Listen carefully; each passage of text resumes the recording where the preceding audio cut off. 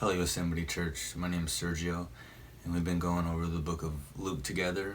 And yesterday we were in Luke chapter 11, talking about prayer and just the turning point in the disciples' relationship with Christ to start asking those more mature questions.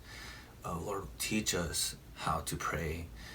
And I just think, man, what a beautiful question to ask, and what a beautiful posture to be in, and what a beautiful posture worth imitating, and what transformation could happen when we start imitating what the disciples are doing here. So we're going to read that again together, and then I just want to unpack that a little bit more.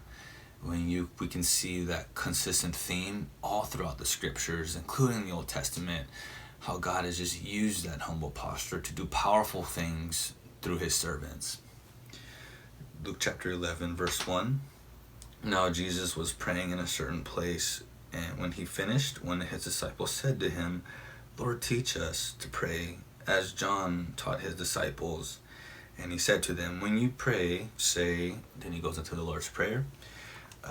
So we're just going to unpack that more today, and one of the Old Testament references that show that consistent theme of how God powerfully uses that humble posture of asking good questions and listening is in 1 Samuel chapter 3, and here in the book of 1 Samuel, the book's about Samuel, and just how God used him as a prophet.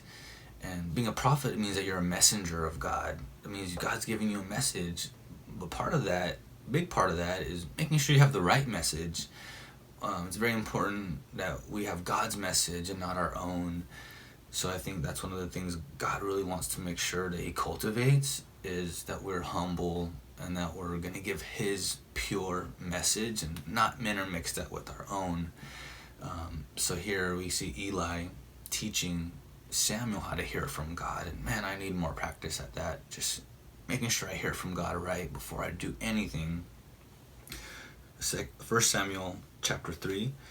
Then the Lord called Samuel, said, here I am, and ran to Eli. And he said, here I am, for you called me. But he said, I did not call. So he went and lay down again. The Lord called again, Samuel. And Samuel rose and went to Eli. And he said, here I am, for you called me. But he said, I did not call, my son. Lay down again. And this is a beautiful part here. Now Samuel did not yet know the Lord, and the word of the Lord had not yet been revealed in him. But the Lord called Samuel again the third time, and he arose, and he went to Eli and said, here I am, for you called me. Then Eli perceived that the Lord was calling the boy. Therefore Eli said to Samuel, go and lie down, and if he calls you, you shall say, speak, Lord, your servant hears. So Samuel went and lay down in his place. Now, that was the foundation for Samuel's whole ministry. Now, if you go on and read more, you'll see how God used Samuel in very powerful ways. But this was his foundation. And again, we're just connecting that with Luke and how the disciples do great things as well.